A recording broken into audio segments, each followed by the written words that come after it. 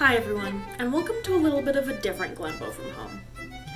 My name is Calista Burnett, and I am the Indigenous Studies Collection Technician for the Glenbow Museum.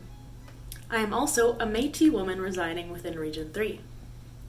If you didn't already know, this week is Métis Week, and I'm hoping to celebrate a little bit with you. To me, being Métis has always meant community, experiences, and acceptance. Because of my culture, I have been accepted into cultures both inside and outside my community, and I will be forever grateful for that. To me, being Métis also means family, so I decided to ask them what they think about being Métis. Hi there. To me, being Métis means being proud of my heritage and a direct connection with our Peter Fiddler family. A not so long ago hidden family connection by our own families. Our Métis family has had many obstacles to overcome and have once again connected through our genealogy and resilience, bringing together our place in the history of Canada. I'm proud to be Métis because of the unique history, both historically and current, but especially the political history. I think that the Métis population and the culture has come so far in terms of how much they've had to fight for who they are and what they represent. And I was fortunate enough to be able to go to all the Alberta settlements, Métis settlements, and they just welcomed me with open arms, along with tea, bannock, and stew. So that's a good day. Thanks, bye.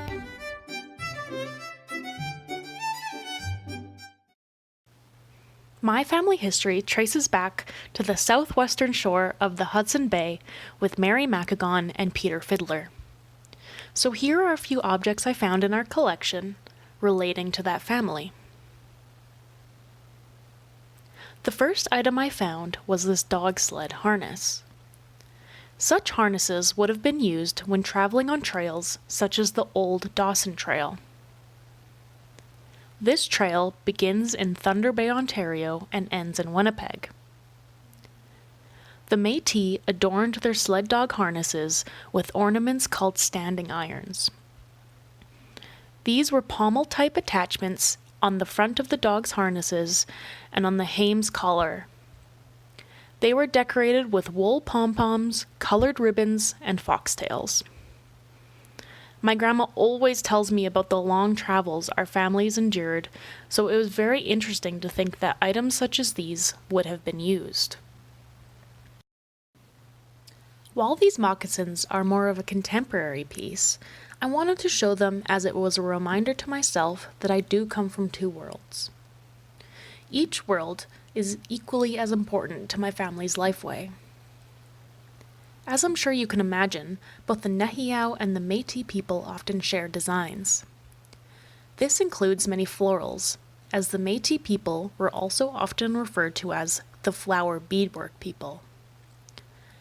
While my beading skills aren't currently the best, I plan to keep on trying and creating new designs. Here is a very small circular religious medal depicting the figure of Saint Christopher.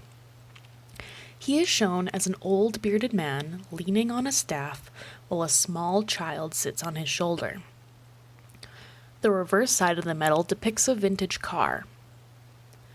I picked this item because I have almost always worn one that is nearly identical, which was given to me by my family.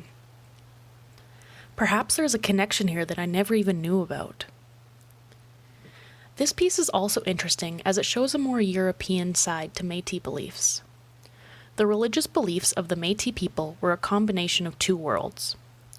Like most aspects of their culture, their spirituality was influenced by both their mother's heritage and their father's more European beliefs.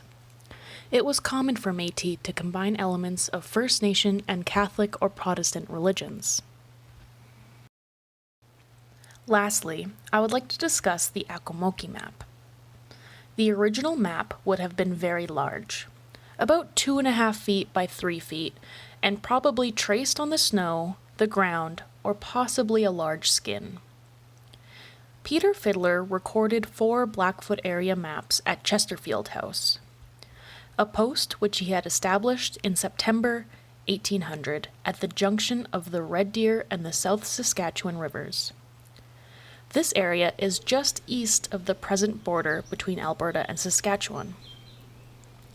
This 1801 map not only provides the largest number of named rivers, mountains, peaks, and the travel times between them, but it also identifies and gives the population of 32 First Nation groups within the area. A representation of this map can be found on our third-floor gallery space across from the Buffalo. Despite working here, I rarely go through the collection to look at my own family's items, so I was very thankful for this opportunity, and I hope you liked it as well.